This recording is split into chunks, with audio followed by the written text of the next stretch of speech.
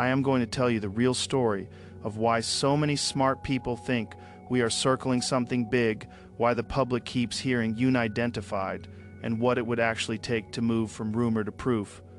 If aliens are real, the evidence is not a single tape hidden in a comedian's studio. The evidence is a trail, and tonight we are going to follow it. Start with what everybody has seen but almost nobody has really looked at. Short cockpit videos from military jets, heat camera locks on targets that move in ways pilots do not expect. Calm voices on the radio that do not sound like movie panic. You have heard the nicknames Tic Tac Gimbal, Go Fast. These clips sit on the internet like dropped puzzle pieces. Each one by itself is not a smoking gun together. They whisper, pay attention. Here is what is true about these pieces.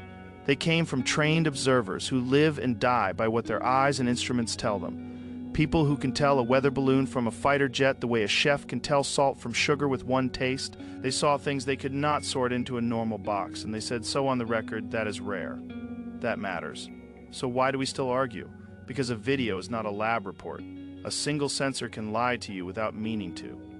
A camera can make something look like it is sliding sideways when it is just the aircraft turning.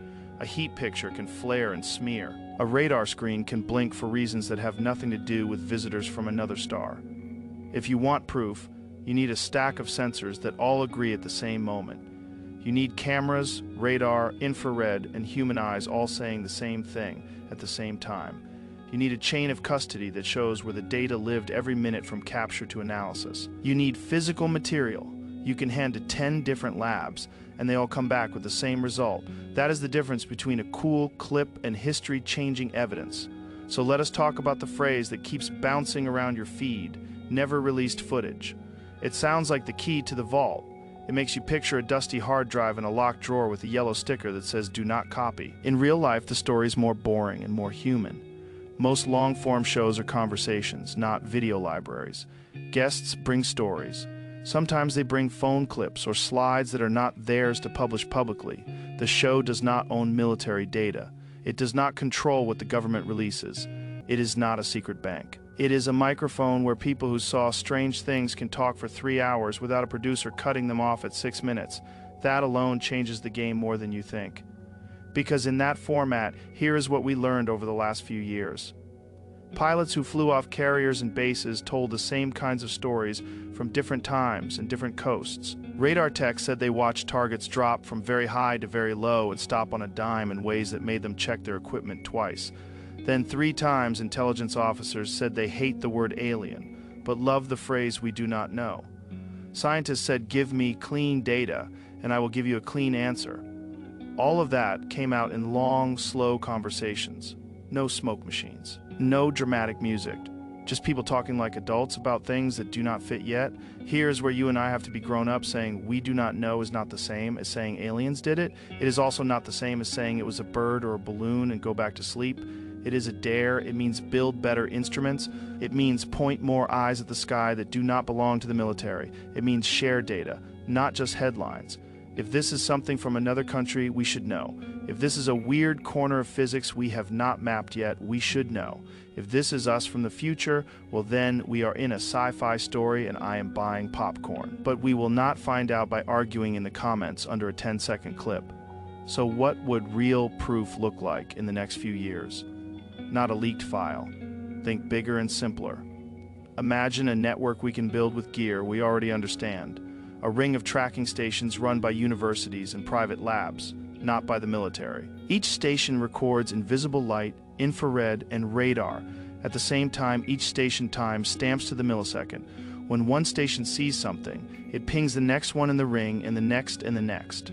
Now you have multiple angles, multiple sensors, and a clean chain of custody from the first second. Add a few small satellites that point and stare on command, tie all of it to an open database where any qualified team can pull the raw data and try to break it.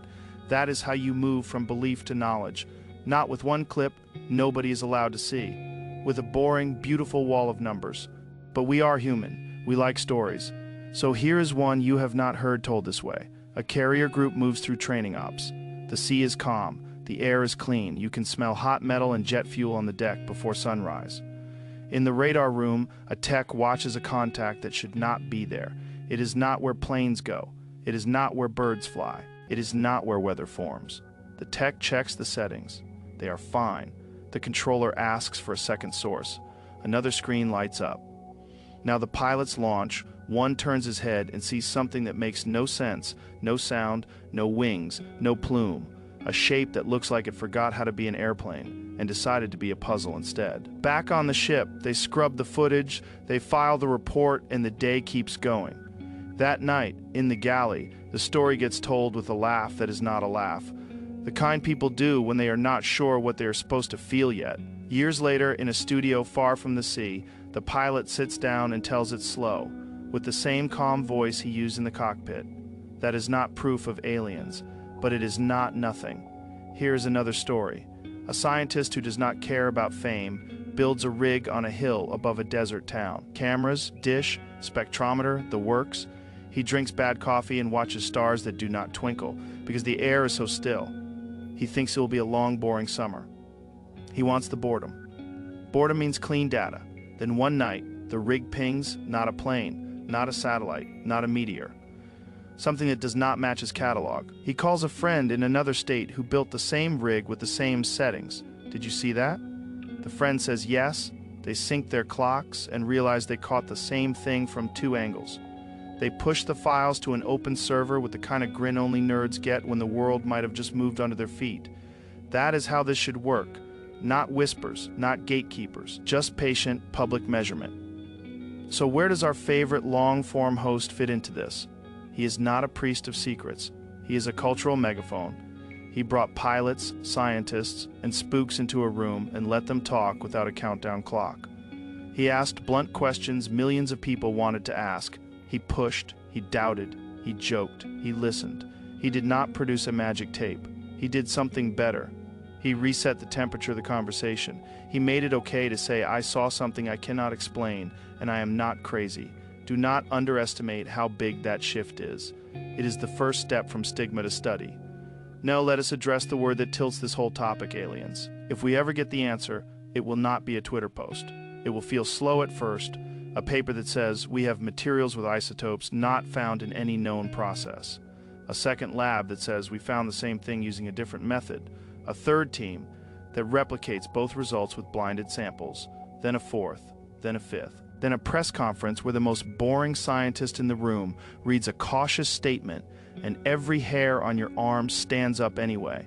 That is how it will go. Not with a drum roll, with the quiet thud of certainty. What happens if that day comes? First, the world argues, then it adjusts. We will stop saying, are we alone, and start saying, who else is out there and how long have they been looking at us? Religions will write new pages without tearing the old ones. Science will throw a party where the music is equations. Kids will point at the sky and feel a new kind of ache behind the ribs. It will not break us, it will stretch us. And if that day does not come, if these lights and shapes and targets turn out to be our own tech, or adversary tech, or weird corners of the atmosphere playing tricks with sensors, that matters too. It means the sky is telling us the truth in a language we did not speak yet, and we finally learn to listen. Either way, we grow up.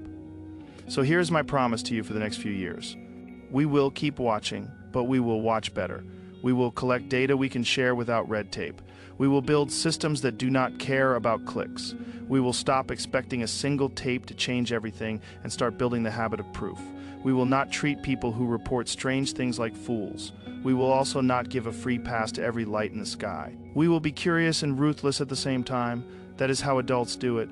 Let me give you a near-term checklist you can hold me to. 1 more multi-sensor captures open to public review. 2, cross-checks by independent labs with no skin in the game. 3, honest error budgets that say exactly how we could be wrong. 4, standardized reporting that moves the conversation out of rumor land. 5, a culture that rewards finding the mundane explanation as much as finding the wild one. If we build that, the truth will find us whether it is visitors or vapor. Are aliens real? I do not know. Do we have enough on the table to stop laughing and start measuring? Yes. Is there a secret clip that proves everything number there or something better? There are thousands of hours of witnesses, sensors, and open questions that will either add up to the most profound discovery in human history or settle into a new chapter of how our machines see the world. Either way, I am here for it. And if you came for the line about never release footage, here it is. Honest and clear. The footage you have not seen yet is not a tape in someone's pocket. It is the next clean, multi-angle, multi-sensor capture that has not happened yet, because we have not built the network to catch it. When we do, you will not need a podcast to bless it. You will feel it in your bones. Until then, keep your mind open and your standards higher than your hopes. That is how we find the truth without lying to ourselves. That is how we earn an answer big enough for the question.